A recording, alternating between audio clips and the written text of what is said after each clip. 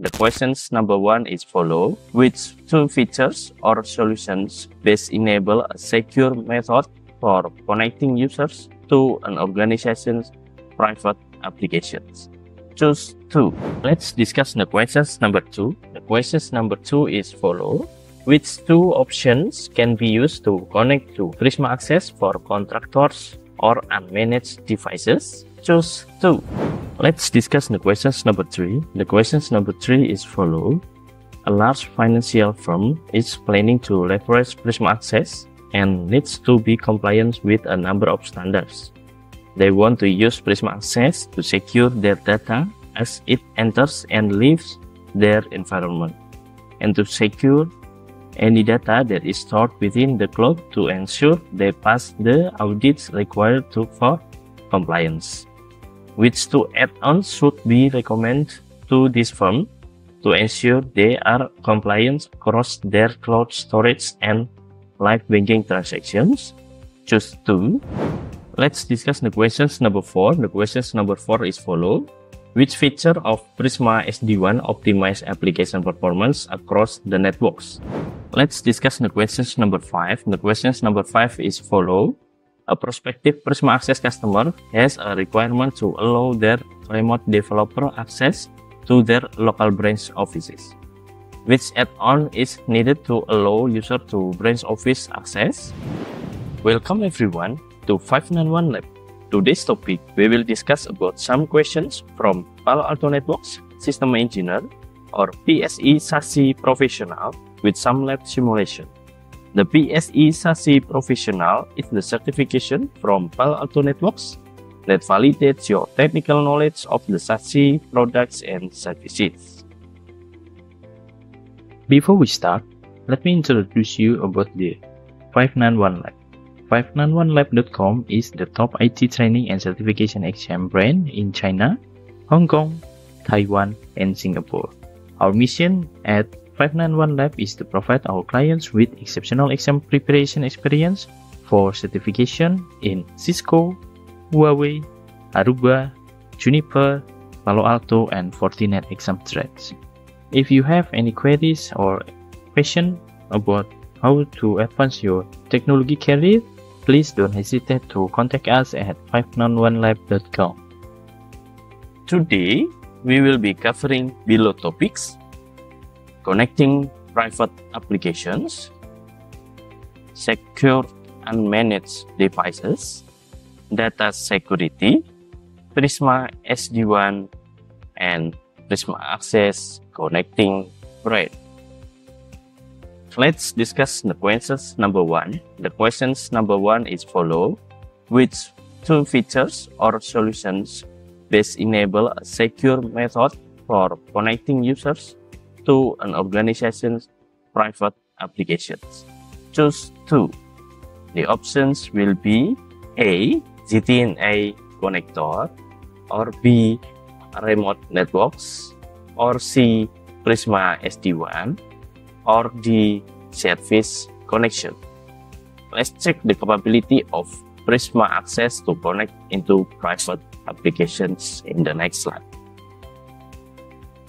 Here you can see the architecture of the Prisma Access to connect into a private application. We have 3 methods to connect into the private applications. The first one is the service connections. The service connection can be used to connect into the data centers. Second is the ZTNA connector.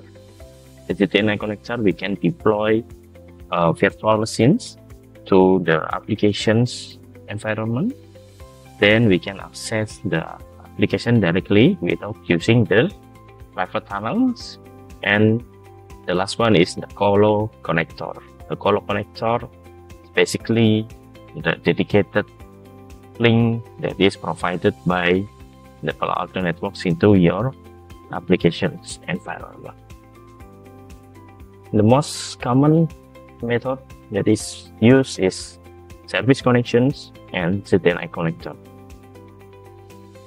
The service connections on the left is a method to connect into the data centers. Usually it will connect into a firewall gateway or a router that can deploy a private tunnel or the IPsec connection to the Prisma Access. The Prisma Access will deploy a service connection corporate access node, or we can say the SCCAN. The SCCAN will then initiate the tunnel to the data centers. This service connection can provide all protocols to be used by users to connect to Prisma Access and the data center. The other hand, we have the ZTNA connector. The ZTNA connector is a virtual machine that we can deploy on the data center or to the cloud environment. Basically, we will deploy the virtual machines of the ZTNA connector to the environment that have access to the private application. The ZTNA connector then will automatically connect to the Prisma Access environment. It will automatically create a tunnel, and by the tunnel we can access from the Global Protect agent or the mobile users to Global Protect gateway, and then to the ZTNA connector into the application.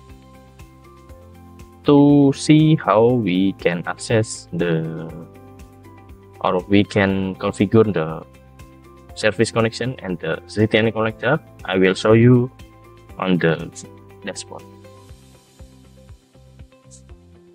Here you can see in the Strata Cloud Manager. The Strata Cloud Manager is the management console to manage the Prisma Access from the cloud services. And we can go to the menu workflow, Prisma Access setup, and then to the service connection.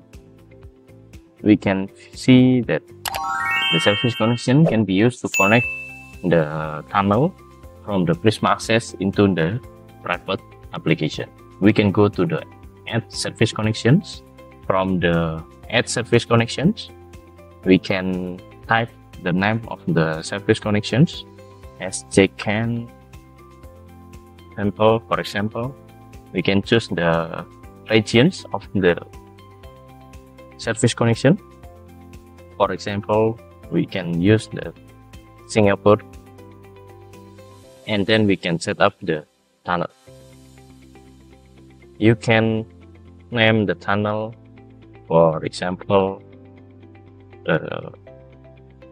SG sample 1, and then you can type the preset key,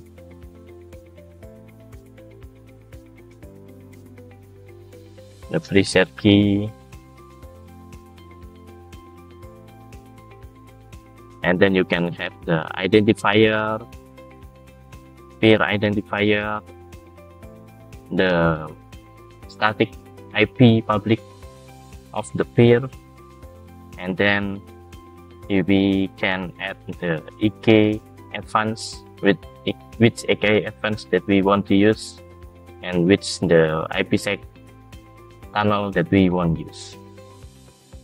Once we set up this tunnels, we need to push the configurations to the service connection.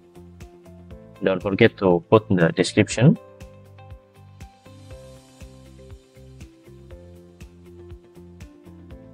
And push the configuration to the Prisma Access.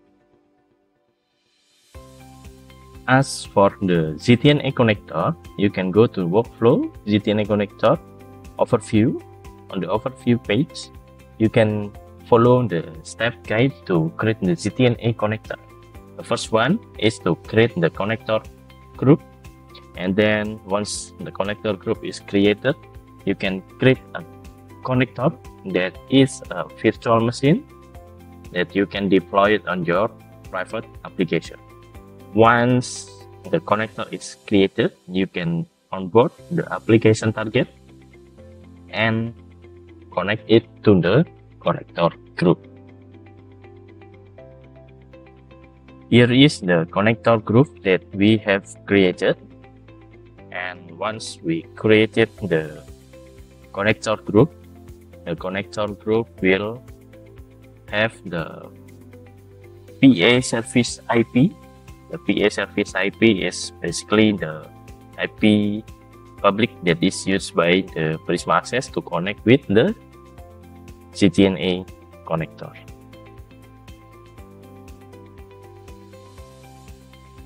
Here is the connector that is being deployed on the applications environment. We have two connectors. The first one is the connector that is still down, but the second one is the connector that is configured successfully and can connect with the Prisma Access. To be noted, if we deploy a connector, then we will have a key token. This key token will need to be put when the ZTNA connector is being deployed on the virtual machine on your application. After we deployed the connector of the ZTNA connector to the ZTNA connector group, we need to define the application target. The application target can be defined using several methods. The first one is using the wildcard target, and the second one is using the FQDN targets, IP subnet target, or if we use the wildcard target, we can then discover the targets that we want to connect using the ZTNA connector. Here is the sample of the FQDN target that we have added to the application target. We define the FQDN of the applications, and the ZTNA connector will then check whether the application is reachable and can be accessed by the users. For example, if we want to create the FQDN target, we can create the FQDN, typing the name of the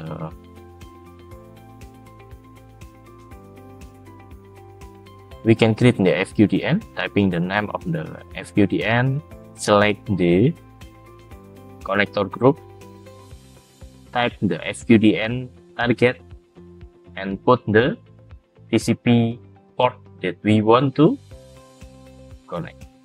If we want to connect the HTTP, we can put the HT port, or if we want to access the HTTPS, we can put the 443 TCP port, and then we can create, and then the application will then pop up here, and the application status will up if the ZTNA connector can reach the application.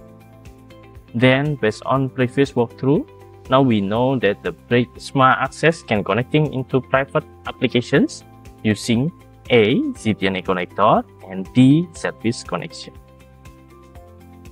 Let's discuss the questions number 2. The questions number 2 is follow. Which two options can be used to connect to Prisma Access for contractors or unmanaged devices? Choose 2. The options will be A, Prisma Access browser, or B, explicit proxy, or C, ZTNA connector, or D, SD-WAN. Let's check how the Prisma Access can secure unmanaged devices on the next slide.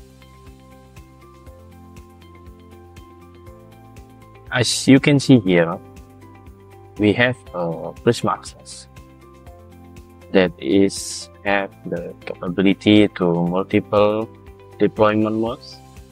The first one is for managed devices. We can use the agent mode using the Global Protect agents, and then the unmanaged devices, we can use the clientless VPN or even using the explicit proxy. And then for the unmanaged devices too, we can use the browser mode using the Prisma Access browser, and also the proxy mode can be used to the servers that cannot have the agents to be installed, and we can add the explicit proxy to the appliance. This all method can connected to the Prisma Access environment, and the Prisma Access will inspect the traffic to the internet or the SaaS applications. To get the view of the mode, I will show you on the dashboard on the next slide. As you can see here, this is the Strata Cloud Manager that is managing the Prisma Access. If we go to the workflow and then the Prisma Access setup, there is several infrastructure setup that we can use.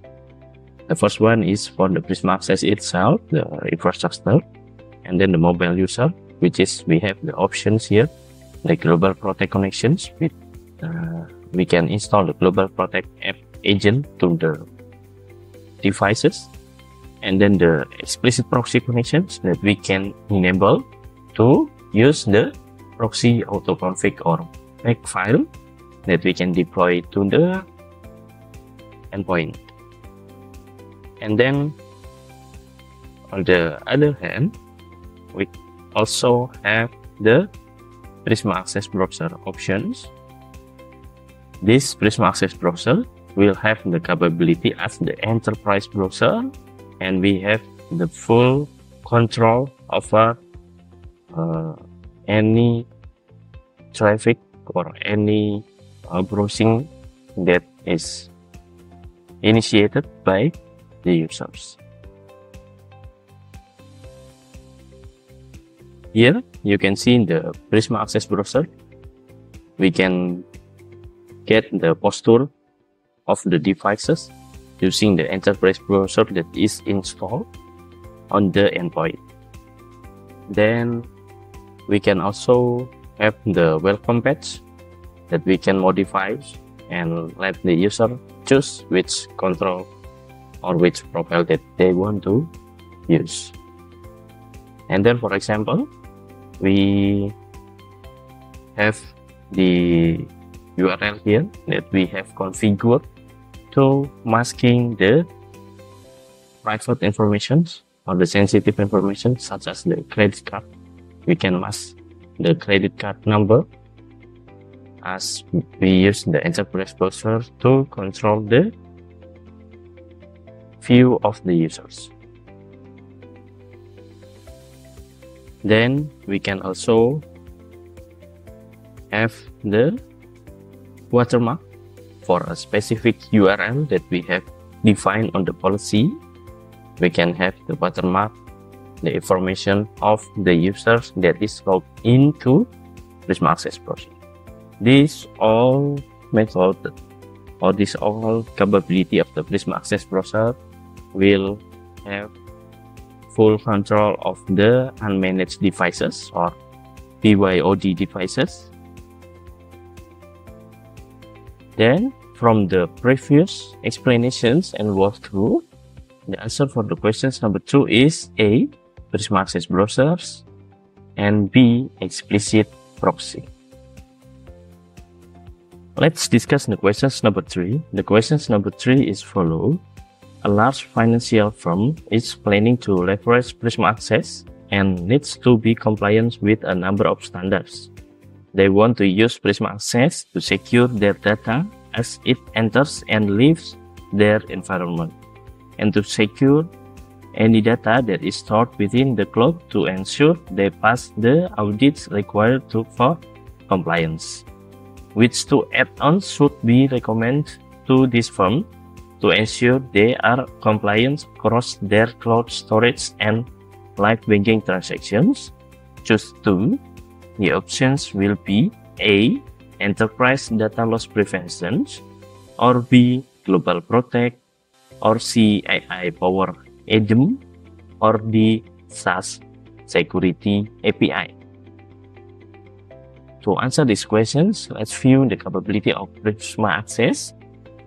Here, you can see the architecture of the Prisma Access. The Prisma Access has the capability of continuous trust verification to verify the user ID, device ID, application ID. And the Prisma Access also have the capability to continue security inspection, which inspect every traffic that is through the Prisma Access. We have the advanced URL filtering to protect the web filter or access to the URL, and Prisma Access have the advanced threat prevention to protect any known threats, and also Prisma Access have the DNS security to protect DNS queries, the Wildfire to protect the unknown threats using the sandboxing cloud Wildfire from Palo Alto, and Prisma Access also have the capability to deploy the DLP or data loss prevention using the network DLP or inline DLP, and also we have the SaaS security to integrate with the SaaS applications to manage how user can accessing the SaaS applications. With this capability, we know that to protect the data, customer can use the Prisma Access using the capability of the SaaS security and also the DLP security to protect their data across the network. Based on previous explanations, the answer for the question number 3 is A. Enterprise Data Loss Preventions, and D. SaaS Security API. Let's discuss the questions number 4. The questions number 4 is follow. Which feature of Prisma SD-WAN optimize application performance across the networks? The options will be A. Dynamic path selections, or B. Bandwidth management, or C. URL filtering, or D. Link aggregation. To answer these questions, I view the Prisma SD-WAN capability on the next slide. Here is the full architecture of the Prisma SD-WAN and the Prisma Access integrations. As you can see here, for the Prisma SD-WAN, we have the cloud Prisma SD-WAN control, and on the brain side or the remote side, we need an appliance, which is the Prisma SD-WAN Ion appliance to be deployed. This appliance will be a gateway of the brain side and will using the any link to connect it to the Prisma Access or even to the data centers. For this example, we have the MPLS link, broadband link, and the LTE or 5G link. This capability of the Prisma SD-WAN will have the capability of the application define to improve the application SLA, and the autonomous will have the capability to auto create tunnel to the data centers or to the Prisma Access, and the cloud deliver branch. We are using the Prisma SD-WAN Cloud Control to deploy the zero-touch provisioning of the Prisma SD-WAN Ion appliance. For the application define or to improve the application performance, the Prisma SD-WAN have the capability to dynamically choose the link, which link has the best response to the applications. For the all link that Prisma SD-WAN Ion has, it will check which link have the application response that is best for the performance. This capability will have the control of the link. For example, like this, we have the active link, the Prisma SD-WAN using the public link, and the Prisma SD-WAN using the private link. And if we need the backup link, we can use the private link. This information or the capability to select the active link is called the dynamic path selection. Then the answer for the questions number 4 is A. Dynamic path selection.